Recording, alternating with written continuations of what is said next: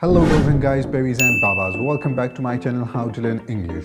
Well, in today's lecture we will be looking at the difference between the finite and the non-finite verb.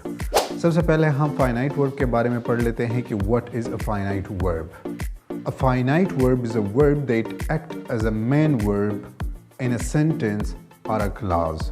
Finite verb वो verb होता है जिसके बगैर कोई sentence नहीं हो सकता या कोई क्लाज नहीं हो सकता, क्योंकि वो हमारे पास किसी क्लाज या किसी सेंटेंस में एज ए मेन वर्ब काम कर रहे होते हैं। हमने पढ़ा कि finite verb is a verb that act as a main verb in a sentence और अ क्लाज।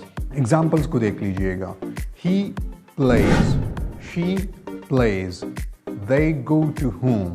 तो इन जुमलों में प्ले, गो, ये हमारे पास मेन वर्ब हैं। अगर इनको आप इस जुमलों से हटा देते हो तो ना आपके पास क्लास बचता है और ना आपके पास सेंटेंस बचती हैं। तो ये हमारे पास मेन वर्ब होते हैं किसी भी सेंटेंस में। इसके बगैर ना कोई सेंटेंस बन सकता है और ना कोई क्लास बन सकता है। ये एक्चुअल में फाइनाइट वर्ब या मेन वर्ब। अब नॉन फाइनाइट वर्ब क्या होता है? Non finite verb is a verb that does not act as a main verb in a sentence और अ क्लॉज।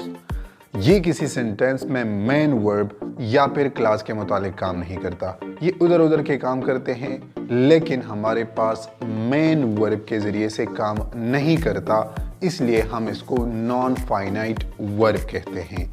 अब आपके जहन में सवाल होगा कि अगर मेन वर्ब के ज़रिए से ये काम नहीं कर रहा तो फिर इसका फंक्शन क्या है?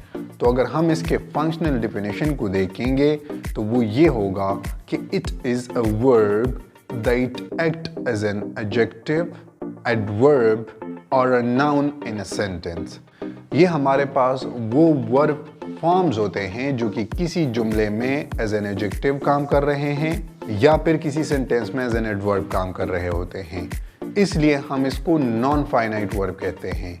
अगर ये हमारे पास मेन वर्ब होते तो फिर तो जाहिर सी बात है, अगर मेन फंक्शन इसने एक्ट कर रहा होता तो फिर हम इसको फाइनाइट वर्ब कहते हैं। लेकिन अगर ये मेन वर्ब के लिए एक्ट नहीं कर रहा है तो अब हम इसे नॉन फाइनाइट वर्ब कहते हैं। नॉन फाइनाइट वर्ब के एक एक टाइप और उसके ऊपर एग्जांपल्स को देख लीजिएगा। नॉन फाइनाइट के टाइप्स में से सबसे पहले हम नंबर पे हमारे पास आता है इन्फिनिटिव। इन्फिनिटिव के बाद जेरेंड आता है और जेरेंड के बाद हमारे पास आता है पार्टिसिपल्स। हम इन्फिनिटिव को देखेंगे तो इन्फिनिटिव हमारे पास to plus base form of the verb होता है। आप इस जुमले को देख लीजिएगा।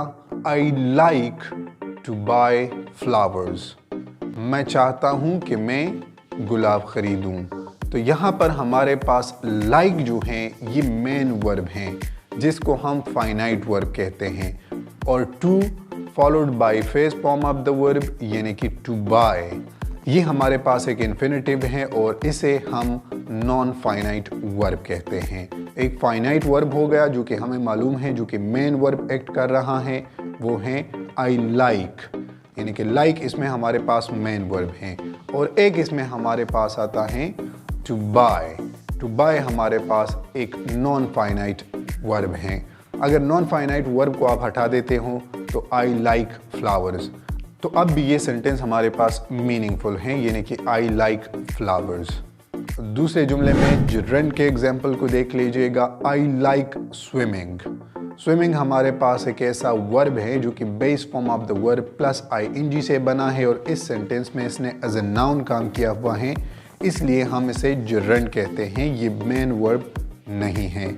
आपने ज़हन में ये बात याद रखना है कि जिस सेंटेंस में मेन वर्ब होता है उसके बाद चाहे इन्फिनिटिव हो, चाहे जेरेंड हो, चाहे पार्टिसिपल हो, तो उसको हम नॉन फाइनाइट वर्ब कहते हैं। तीसरे एग्जाम्पल को देख लीजिएगा। The tired man looks bad. इस जुमले में लुक्स हमारे पास मेन वर्ब हैं और द टायर्ड का जो वर्ब इस्तेमाल हुआ है second form of the verb, ये हमारे पास पास्ट पार्टिसिपल हैं। तो जो पास्ट पार्टिसिपल होगा हमने पढ़ा कि वो हमारे पास नॉन फाइनाइट वर्ब होता है। तो आज के इस लेक्चर में हमने सीखा कि एक हमारे पास फाइनाइट वर्ब होता है जिसको हम मेन वर्ब कहते हैं, और यही मेन वर्ब इसके बगैर न कोई सेंटेंस बन सकता है और न कोई क्लास बन सकता है। तो इसके बाद हमने पढ़ा कि हमारे पास नॉन फाइनाइट वर्ब्स होते हैं। तो नॉन फाइनाइट वर्ब्स वो वर्ब्स होते हैं जो कि किसी सेंटेंस में मेन वर्ब एक्ट नहीं कर रहे होते हैं।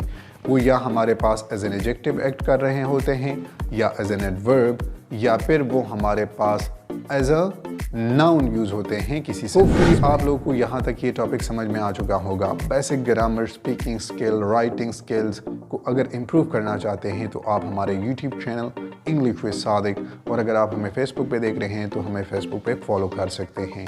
Thanks for watching and bye for now.